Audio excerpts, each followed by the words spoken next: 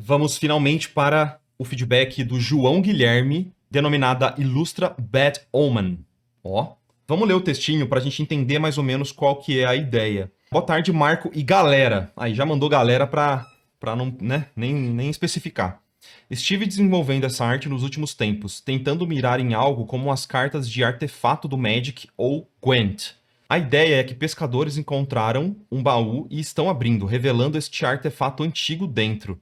Adoraria um feedback antes de finalizar, já que o último me ajudou bastante. Muito obrigado desde já. A parte em vermelho é um texto, só que eu não pensei exatamente em que colocar ainda, então só deixei a mancha de sugestão, certo?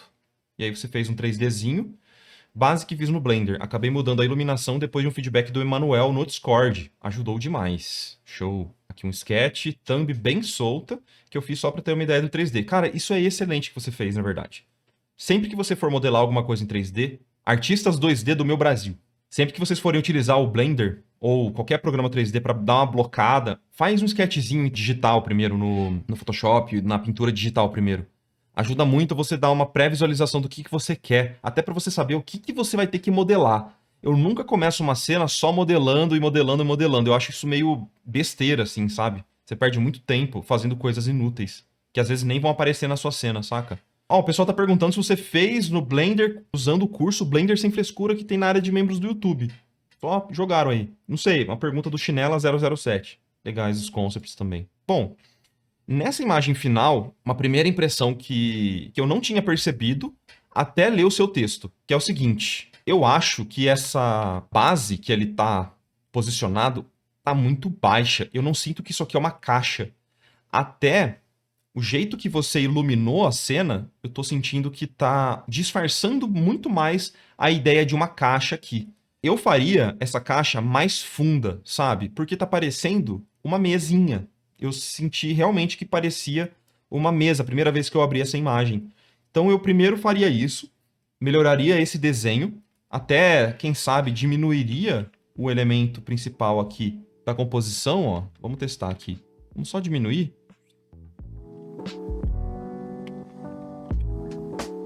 E aí a gente preenche o resto com essa perspectiva aqui. Para a gente conseguir ver melhor essa diferenciação de planos. Porque esse plano interno, ele tá muito curto, parecendo, sei lá, um detalhezinho, sabe? Opa. Essa parte aqui, ela não precisa estar clara. Ela pode só receber uma bouncing light, mas ela não precisa estar tão clara.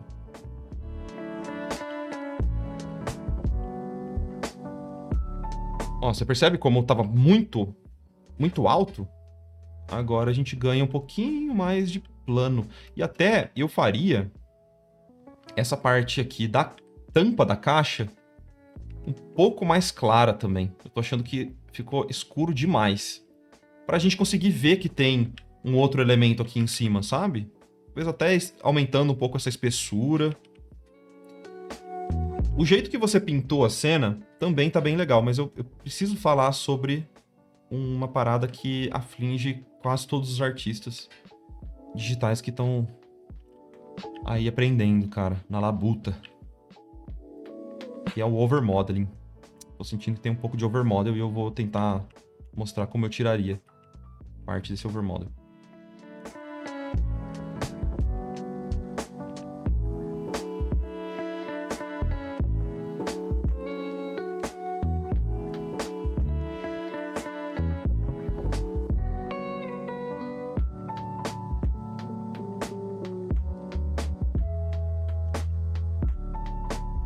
Aqui é como se fosse uma tábua extra, né? Tem, pá. Beleza. Não sei se vocês sentem que melhorou um pouquinho essa sensação, só um pouquinho, só fazendo essa alteração. Essa parte de fora também aumentaria um pouco, ó. O que vocês acham? Vocês perceberam o que eu tô falando?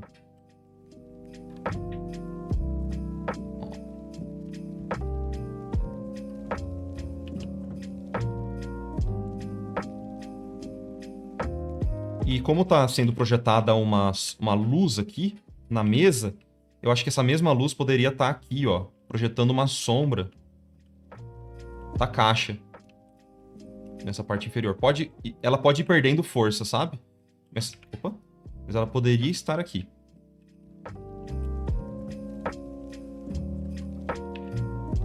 Tem uma série de vídeos do World of Warcraft. Eu não sei se você já viu.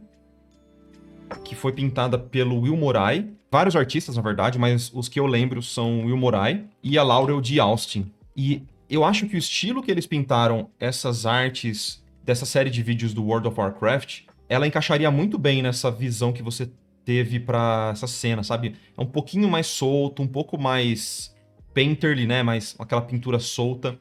Eu acho que chama Warbringers. Eu vou dar uma olhadinha aqui com calma. Porque é um tipo de realismo estilizado, sabe? Que eu gosto bastante que o Will faz. Saca só.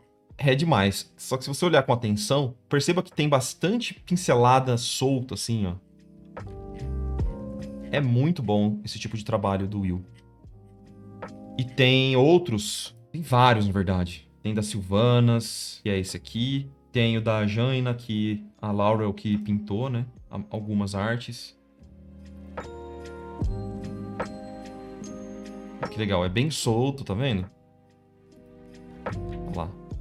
Essas marquinhas deixadas pelos pincéis dão um toque excelente para o acabamento da peça, sabe? Ó, tá vendo que tem o shape, né? A forma bem evidente da luz e sombra, mas ela volta. Eu não sei se foi a Laura que pintou essa aqui especificamente, mas ela volta riscando, né? Jogando textura aqui por cima da pintura. É muito legal o trabalho dessa série aqui do World of Warcraft. O da Jane é muito bom, ó. Gosto bastante desse aqui. Esse foi feito pela Laurel D. Austin mesmo. E eu acho que pode te inspirar, sabe? Porque os fundamentos dessas pinturas estão excelentes, mas eles são mais simplificadinhos. Talvez tenha algo aqui para você dar uma estudada também, sabe? Mas enfim, voltando aqui na sua arte. Eu gosto da textura que você usou, do ruído, mas eu acho que a anatomia da mão aqui, ela me salta um pouco. O jeito até que você pintou com muita informação essas mãos, eu sinto que ela ficou devendo um pouquinho, assim, sabe? Eu acho que dava pra você ter um carinho extra no desenho dessas mãos aqui. Ou até tirar algumas fotos de referência. Não sei se você usou foto de referência, mas eu sinto que dava pra dar uma melhoradinha, sabe? Na anatomia. E até me fala aí, por favor, se você usou ou não. Referência, mas eu acho que poderia ter usado. Dar uma evidenciada aqui nas juntas. Ó, tipo, essa parte toda aqui pra mim ela podia ser um pouquinho maior. Não precisa nem tirar foto, né, cara? Só observar, né? Usei, mas a iluminação não me ajudou muito. Ah, entendi. Entendi. Certo. Então, nada que uma luz de celular não resolva, sabe? Esses casos.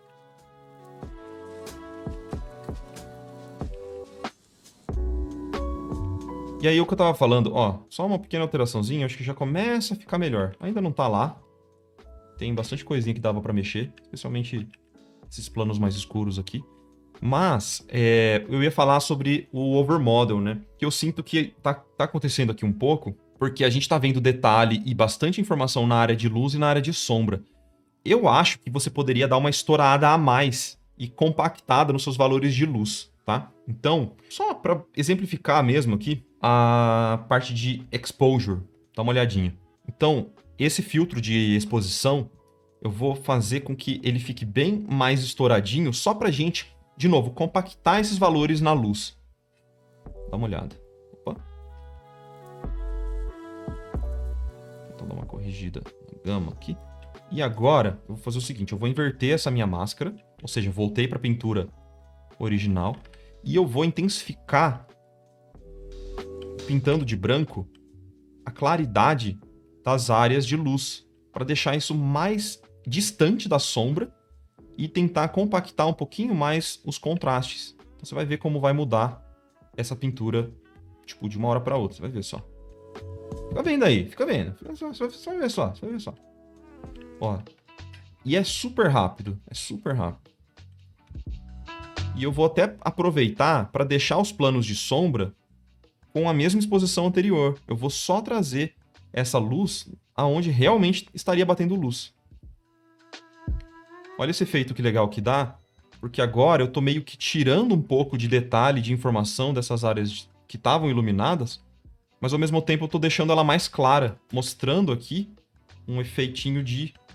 aquele efeito de bloom que tem, sabe? Aumentando mesmo a iluminação, tá?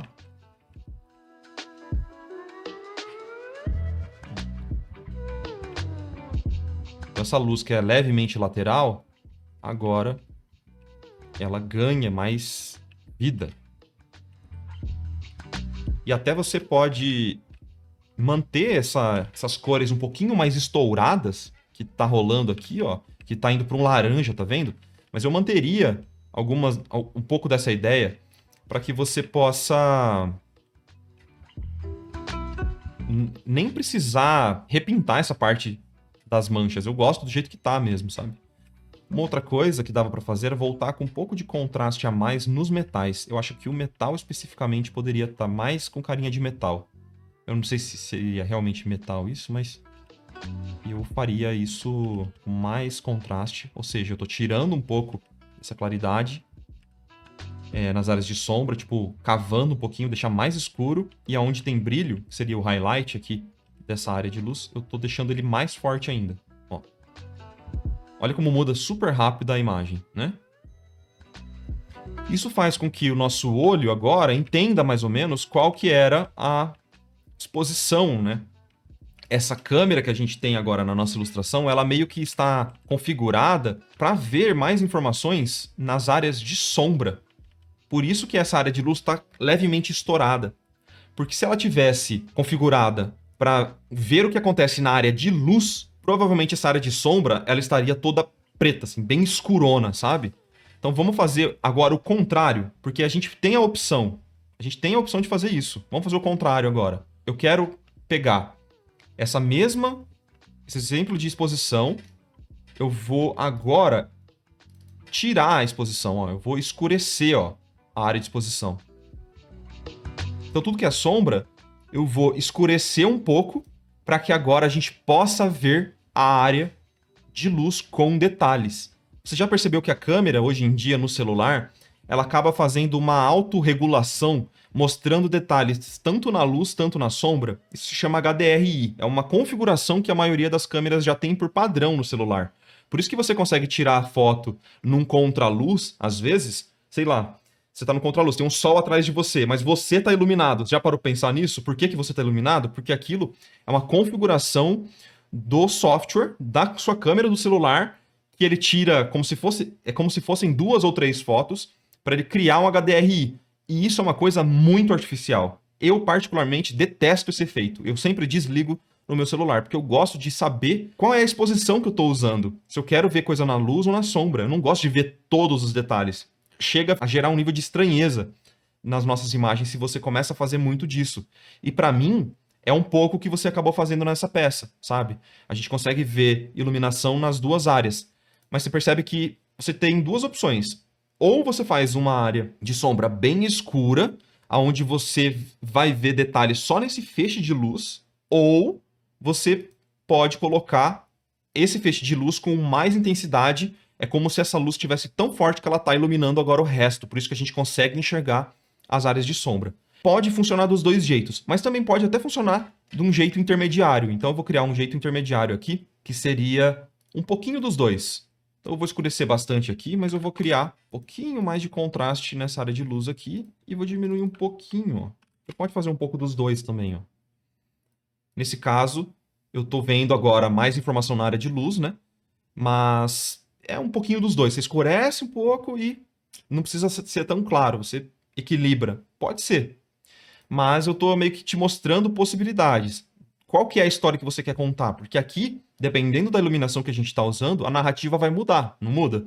Aqui parece uma cena muito mais soturna, como se eles estivessem realmente num galpão bem fechado, e aí tem aquele feixezinho de luz só passando, né? Se você até quiser aprender com filmes, por exemplo, de terror, que geralmente tem uma cinematografia bem mais escura, e usa muito desse lance de feixe de luz, tenta começar a reparar nisso, de como os diretores de fotografia ali utilizam da luz para contar a história. E eu acho que aqui faltou um pouco dessa decisão, saca? É claro que eu mostrei um pouco de extremos, mas que funciona de qualquer forma você tentar fazer um meio termo e tal. Pode até exagerar um pouco a questão de temperaturas, se você quiser esfriar um pouquinho mais essas áreas de sombra, dava pra ser também. Beleza? Mas é assim, eu tô meio que aproveitando dessa imagem pra gente conversar sobre outras coisas, sacou? Fez sentido esse papo? Ou eu tô só conversando sozinho aqui? Converse comigo, chat. Cadê vocês? Uma pergunta idiota. Aumentando a sombra do lado de dentro da caixa, fazendo chegar até o objeto, isso daria mais uma profundidade dentro da caixa? Cara, pode até ser. Pode até ser. O que você tá falando é de basicamente... Seria o certo aqui, né? Se a luz tá mais lateral, era trazer um pouco mais essa sombra projetada em cima do objeto. Ela funcionaria para trazer mais volume se você utilizasse essa sombra projetada para acompanhar a forma do objeto. Isso sempre dá bom. Isso sempre dá bom. Tipo, acompanhar um pouquinho a forma do seu objeto, sabe? Se for só uma sombra projetada por ser sombra projetada, aí eu já, particularmente, eu não gosto muito, assim.